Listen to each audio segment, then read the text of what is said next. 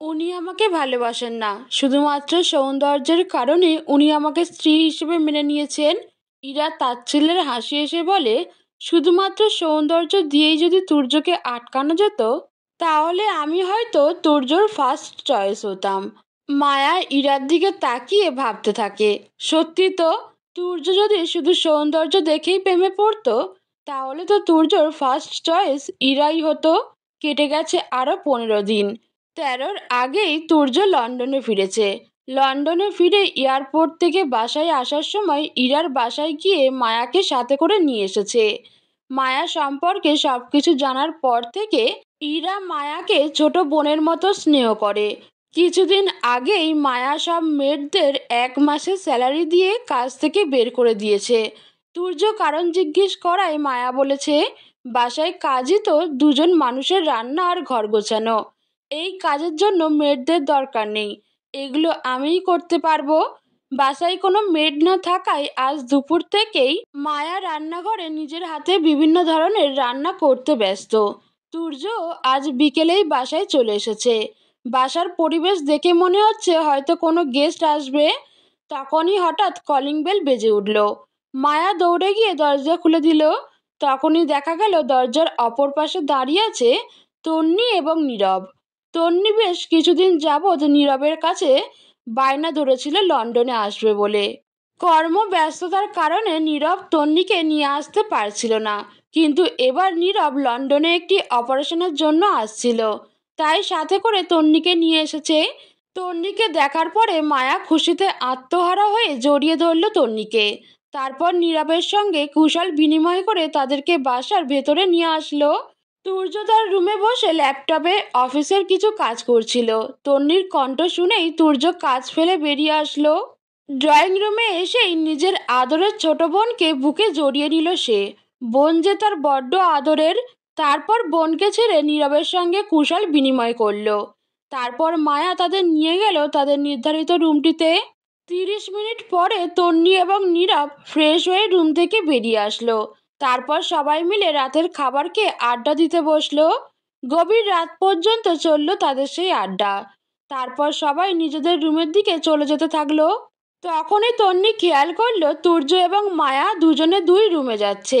বিষয়টা নিয়ে তখন তন্নি কাউকে কিছু বলল না। সকালে সবাই একসাথে ব্রেকফাস্ট করলো। তারপর প্রতিদিনের মতো তুর্য অফিসে চলে গেল। আর নীরবের আজ অপারেশন আছে বলে নীরব চলে গেল হসপিটালে। মায়া আজ সারাটা দিন তন্নির সাথে আড্ডা দেবে বলে ভার্সিটিতে গেল না। মায়া আর তন্নি দোলনায় দোল আর গত 6 মাসে তাদের সাথে কি কি হয়েছে সেগুলো একে অপরকে বলছিল। তখনই তন্নি বলে ওঠে, তোর আর ভাইয়ার কি হয়েছে রে? মানে তোদের কি নিয়ে ঝগড়া হয়েছে? কই কিছু না তো। মিথ্যা বলছিস কেন? আমি মিথ্যা বলছি না আপু, সত্যি ওনার সঙ্গে আমার ঝগড়া হয়নি আপু। তন্নি কপাল কুঁচকে বলল, তাহলে রাতে 2 জন 2 রুমে ছিলি কেন? মায়া এবার বুঝতে পারে তন্নির কথার মানে। রাতে মায়া এবং তুর্যকে আলাদা রুমে যেতে দেখেছিল তন্নি। তাই তন্নি ভাবছে তুর্য আর মায়ার হয়তো ঝগড়া হয়েছে। কিরে কিছু বলছিস না কেন? মায়ার নিচের দিকে তাকিয়ে আস্তে করে বলল, কি বলবো? কি বলবো মানে তোরা আলাদা রুমে কেন থাকছিস সেটা বলবি। আসলে আপু, আমরা শুরু থেকেই আলাদা রুমে থাকছি। শুরু থেকে মানে? খানবাড়িতে আমরা যেমন আলাদা রুমে থাকতাম, এখানেও আমরা ঠিক সেভাবেই থাকি। তার মানে তোদের মাঝে এখনো কোনো ফিজিক্যাল রিলেশনশিপ তৈরি হয়নি? আমরা এখনো একসাথে ঘুমাইনি পর্যন্ত, সেখানে ফিজিক্যাল রিলেশনশিপ তো অনেক দূরের বিষয়। আচ্ছা, তুই কি পাগল? এভাবে কেউ নিজেদের সময় নষ্ট করে? তোদের যা স্পিরিট, তোরা তো অর্ধেক জীবন নিজেদের কাছে আসতেই শেষ করে দিবি। আমি কি করব বলো? লন্ডনে এসে তোমার ভাই আমাকে এই রুমে রেখে বলল যে এটা তোমার রুম আর পাশের রুমটা আমার। কোনো কিছু প্রয়োজন হলে আমাকে ডেকো। তো আমি কি নিজে ওনাকে বলবো যে আমি আপনার সাথে থাকতে চাই? হ্যাঁ, প্রয়োজন হলে বলবি। অসম্ভব, তোদের দিয়ে কিচ্ছু হবে না। যা করার আমাকেই করতে হবে। তারপর খুব সুন্দরভাবে কেটে গেল আরও 2 দিন। কাল নীরবের একটা ইমার্জেন্সি অপারেশন থাকার কারণে আজই তাদেরকে ফিরে যেতে হবে অস্ট্রেলিয়া। আজ খুব গুরুত্বপূর্ণ একটা মিটিং থাকার কারণে তুর্যকে অফিসে যেতে হয়েছে। ঘন্টাখানেক পরেই তুর্য চলে আসবে। তারপর নিজে গিয়ে তন্নি আর নীরবকে এয়ারপোর্টে দিয়ে আসবে। মায়া সবার জন্য কফি বানাচ্ছিল। এমন সময় তন্নি মায়াকে জিজ্ঞেস করলো, এই মায়া, ফ্ল্যাটের সবগুলো রুমের চাবি কোথায় রে?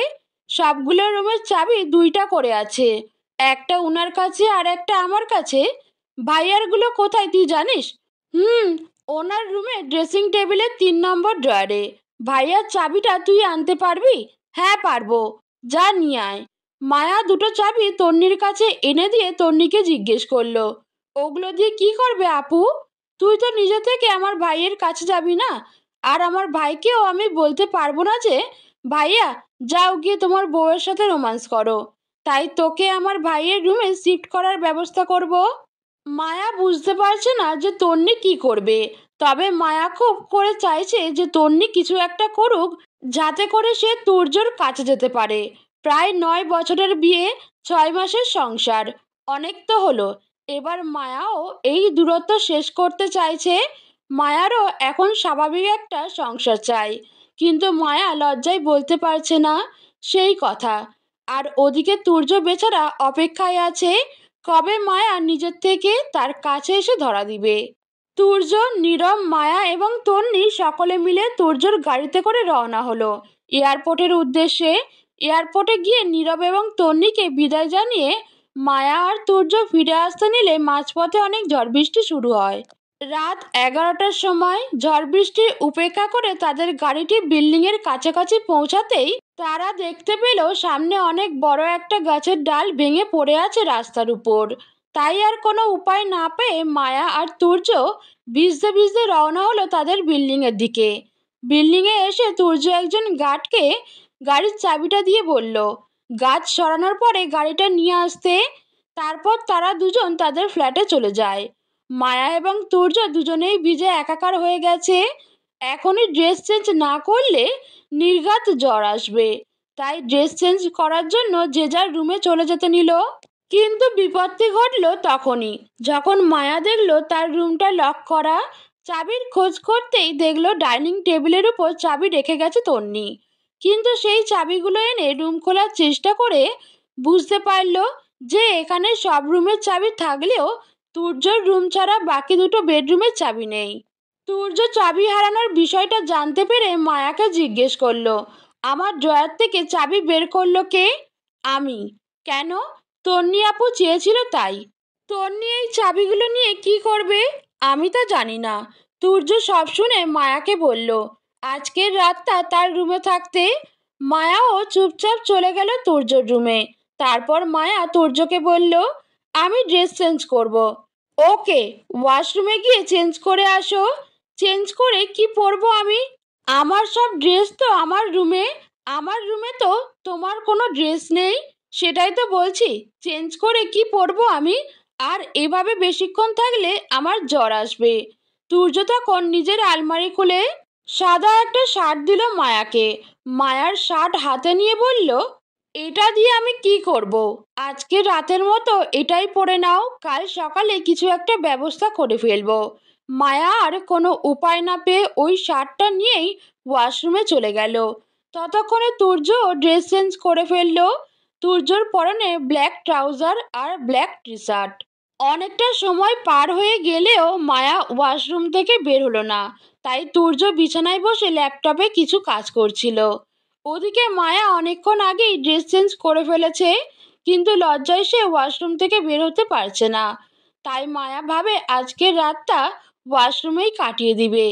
প্রায় 1 ঘন্টা হয়ে গেলেও মায়া ওয়াশরুম থেকে বেরোচ্ছে না দেখে তুর্য মায়াকে ডাকতে শুরু করলো, কিন্তু ভেতর থেকে কোনো উত্তরই পাওয়া গেল না।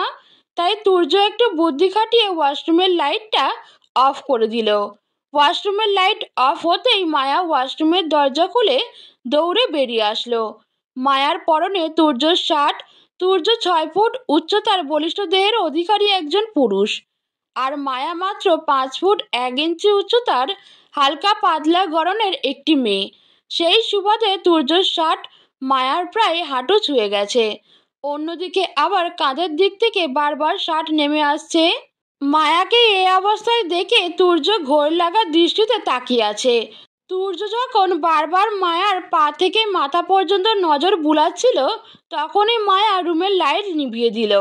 মায়া রুমের লাইট অফ করে দেওয়ায় তুর্য অন্ধকারে বলে উঠল, ভাবছি আমার চোখ দুটো কোনো অন্ধ ব্যক্তিকে দান করে দেব।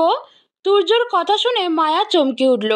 তারপর অবাক হয়ে তুর্যকে জিজ্ঞেস করলো, কেন? মায়া প্রশ্ন করার সাথে সাথে তুর্য মায়ার কোমর জড়িয়ে এক টানে মায়াকে নিজের সঙ্গে মিশিয়ে নিয়ে মায়ার কানের কাছে মুখ এনে বলল, উপরওয়ালা চোখ দিয়েছে সুন্দর জিনিস দেখার জন্য, পৃথিবীর সকল সৌন্দর্য উপভোগ করার জন্য। সেই চোখ দিয়ে নিজের বউয়ের সৌন্দর্য যদি দেখতে না পারি, তাহলে বাকি দুনিয়ার সৌন্দর্য দেখে কি করব? তার চেয়ে বরং এই চোখই আমি রাখবো না। এত অপ্রয়োজনীয় জিনিস চাই না আমার। কথাগুলো বলতে বলতে তুর্য আবার রুমের আলো জ্বালিয়ে দিল। এবার আর মায়া কোনো বাধা দিল না। তখন তুর্য বলল, তুমি আমার কাছে সময় চেয়েছিলে, তাই আমি 6টা মাস তোমার কাছে আসার চেষ্টাও করিনি। এতটা সময় কি যথেষ্ট নয়? আমার দেহ আমার হক। আমি কি কখনো আমার হক বুঝে পাবো না? মায়া চুপচাপ সবকিছু শুনে গেল। মায়াকে কথা না বলতে দেখে তুর্য আবার বলতে শুরু করলো, দেখো, আমার সিস্টেম এতটাও দুর্বল না যে নিজের বউকে এই অবস্থায় দেখেও চুপচাপ দাঁড়িয়ে থাকবো। আমি আজ নিজের হক চাইলে কি খুব বেশি অন্যায় হবে? মায়া তখনও নীরব রইল। এবারেও মায়াকে নীরব দেখে তুর্য বলে উঠল, আমার নিজের হক চাই। আমি কি তোমার এই নীরবতাকে সম্মতির লক্ষণ ধরে নেব? তখনই তুর্যকে অবাক করে দিয়ে মায়া তুর্যের ঠোঁট দুটো নিজের দখলে নিয়ে নেয়। তুর্য ভাবতেও পারেনি মায়া এই মুহূর্তে এমন কাজ করবে। তুর্য আনন্দে মায়াকে কোলে নিয়ে ঘোরাতে শুরু করে। তুর্য আজ নিজেকে পৃথিবীর সবচেয়ে সুখী মানুষ মনে করছে। তুর্য মায়াকে কোলে নিয়ে বিছানার পাশে চলে গেল এবং মায়াকে বিছানায় শুইয়ে দিয়ে এক টানে নিজের গা থেকে গেঞ্জিটা খুলে ফেলল। নিজের গেঞ্জি খোলা শেষ হতেই মায়ার পরনে থাকা শার্টটার বোতাম খুলতে শুরু করলো। বুকের কাছ থেকে দুটো বোতাম খুলতেই মায়া তুর্যর হাত দুটো শক্ত করে ধরে ফেলল। তুর্য মায়ার এই বাধা দেওয়ার কারণ বুঝতে না পেরে মায়ার মুখের দিকে তাকাতেই মায়া লজ্জামাখা কণ্ঠে তুর্যকে বলে উঠল, লাইটটা অফ করুন প্লিজ। মায়ার কথা শেষ হতেই তুর্য দুষ্টু একটা হাসি দিয়ে লাইটটা অফ করে ফেলল।